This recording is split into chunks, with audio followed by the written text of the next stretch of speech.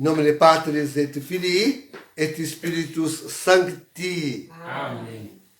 Então, caríssimos, hoje é o 7º dia da nossa novena de Pentecostes.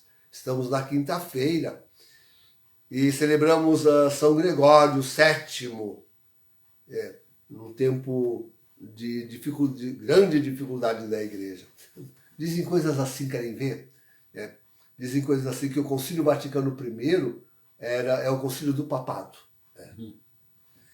Que o Concílio do Vaticano II é o Concílio dos bispos, para os bispos, do episcopado. Aí estava se esperando, quem sabe, um concílio para os padres. Mas saiu antes um concílio para os leigos. Estamos vivendo isso. De certa forma, assim nós podíamos encarar o sínodo da sinodalidade. E a bem julgar, de certa forma, o problema enfrentado por Gregório voltou. Voltou. Dessa vez encabeçado pelo antipapa. Então, o que se promove, na verdade, é a extinção da hierarquia. A extinção da hierarquia. E a democracia. A democracia dentro da igreja. Isso foi uma tentação para a igreja, a tal da democracia. Então, estamos vivendo esse tempo em que se polula maximamente o domínio sobre a igreja. Eu não vou dizer de leigos, né? Não vou dizer de leigos. Mas de uma mentalidade, da mentalidade moderna, onde o que se luta é contra a tradição. Esse é o ponto. Aqui se nivelam leigos, religiosos, pastores. Esses 3 grupos, eu podia, de certa forma, ver a igreja. O laicato, os religiosos, homens e mulheres, e a hierarquia, bispos, papa, enfim. Mas parece que estão todos unidos nesse desidério único, que na verdade é de destruição da igreja, de destruição da igreja católica. Daí que pensar que o Espírito Santo tem que renovar o seu Pentecostes. Tão bonita a imagem Vejam, Jesus reúne os seus apóstolos e reza a missa só com eles, na última ceia. Né? E ordena. Aliás, se querem saber, Santa Faustina Kowalska diz que nem ordenou a todos. Né? Naquele dia, ordenou só 5. Depois é que ele ordenou outros. Né? E fez um rito de ordenação. De qualquer forma, isso não importa. Ele disse a todos, fazei isto em memória de mim. Ordenou, então, de fato, a todos. Mas o Pentecostes não foi uma coisa reclusa. Não foi só uma coisa do clero, da hierarquia. Estavam lá reunidos os discípulos. Conta-se cerca de 120.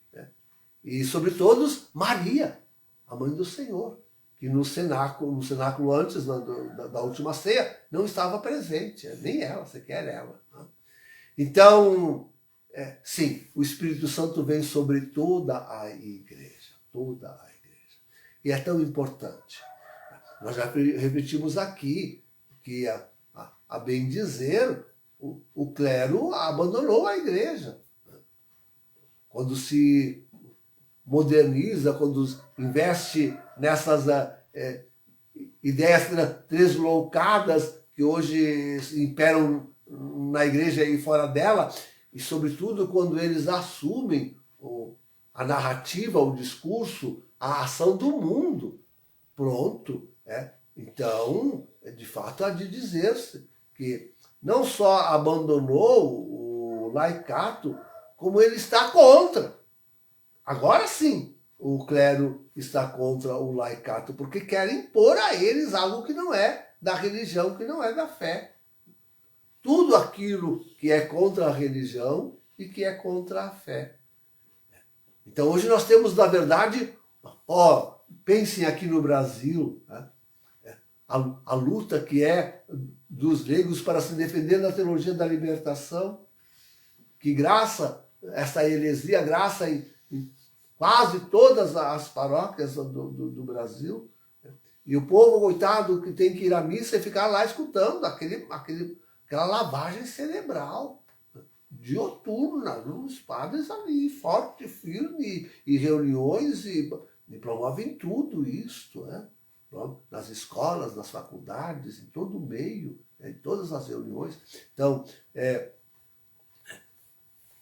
pense na destruição que a teologia da libertação, promovida pelo Santuário de Aparecida, provocou na belíssima obra de evangelização que estava fazendo aquele padre ali perto, eu não sei dizer agora o nome do padre nem o lugar, mas de qualquer forma, que trabalhava sobretudo em cima dos grupos de oração do padre Gobi. Foi martirizado ele, hein? Foi martirizado. Então, é isto, queridos, é isto. Se volta contra a igreja, se volta contra o povo, se volta contra o povo de Deus, fortemente. Em tal estado nós estamos em tal estado na igreja, que realmente dizer que veio o Pentecostes ainda vale é só para um grupo pequeno. A igreja remanescente é um grupo pequeno. Um grupo pequeno. É verdade, digo eu sempre, faz muita falta a hierarquia. Porque sem papado, sem bispos, praticamente sem bispos. Hoje estava vendo ainda um bispo lá, um arcebispo lá dos Estados Unidos, Strickland, que ele está denunciando que está sendo perseguido, que está sendo vigiado, porque ele fala a doutrina da igreja, porque é contra o aborto, porque é contra a assassina, aquela que estão promovendo em toda parte no mundo. Então, advertido e seriamente. É assim. Os poucos, os muitos poucos que se levantam contra tudo que está acontecendo na igreja e no mundo são repreendidos, colocados de lado e perseguidos mesmo. Perseguidos de verdade. Então, restamos poucos, queridos. Estamos raros. Restamos raros. É o que nós somos. Né? Sempre o perigo de discernir.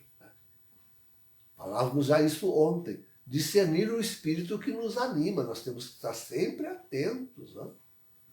Porque se a hierarquia, o papado, era a garantia do discernimento, agora já não temos mais, quase. Deixa eu botar um quase aqui. Porque, como eu digo sempre, nós temos que seguir a igreja e a sua hierarquia, o seu magistério, até a renúncia de Bento XVI. Ali nós temos que ser fiéis e acabou. Né? E acabou.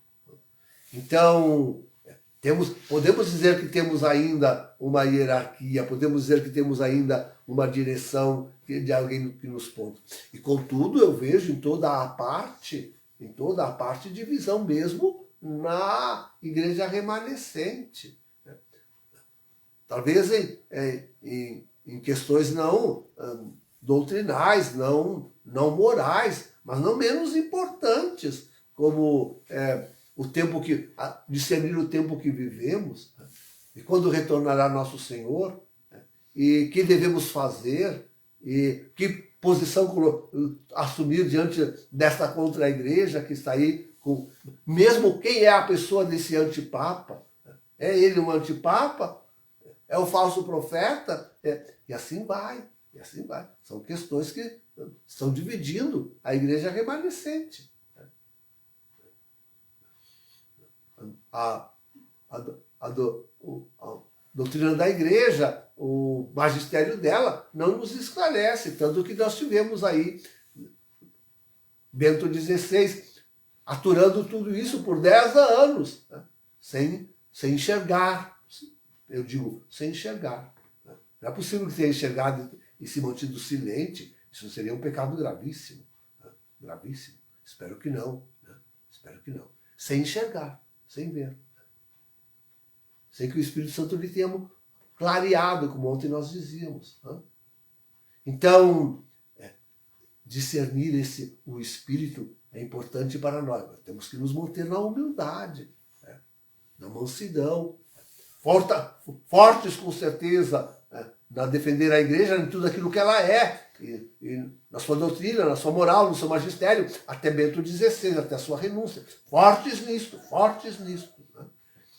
E eu digo mesmo para aqueles que teimosamente para usar uma palavra de Bento XVI, fanaticamente persistiram dizendo que ele ainda estava reinando, né? Talvez tenha alguém ainda diga que ele ainda está reinando desde o céu, né? Bom, aí já é loucura, né? Mas fanaticamente defendendo que ele reinava até a morte, mas agora morreu. Agora morreu. Está morto. Enterrado. Está morto e é enterrado. Então, e de resto, sim, isso que eu queria dizer. E de resto, durante os 10 anos que passou da sua renúncia, não lhe saiu nada da pena que fosse uma orientação magisterial para a igreja. Nada. A não ser que alguém queira considerar como uma orientação magisterial da igreja o reconhecimento dele de Francisco como Papa, ou ele chamar os seus aqueles que professavam o seu reinado como fanáticos. Talvez alguém queira considerar isso. Desculpe, né, mas eu tenho que ser irônico. Aqui não cabe outra coisa. E estamos assim, queridos, estamos assim. Então, sim, é preciso nós implorarmos, pedirmos muito que o Espírito Santo venha, e venha com aquela abundância, com aquela força, com aquela clareza. Precisamos ter Nossa Senhora no meio de nós, queridos. O seu rosário no meio de nós. Precisamos de muita oração para poder discernir o Espírito que nos anima e ver que não sejamos enganados, né? que não sejamos desviados do caminho reto e seguro que nós devemos seguir. Então, nos cabe esse discernimento tão importante, né? No meio de toda esta confusão de forças dentro e fora da igreja, né? De igreja remanescente, e de tudo aquilo que estamos vivendo, né?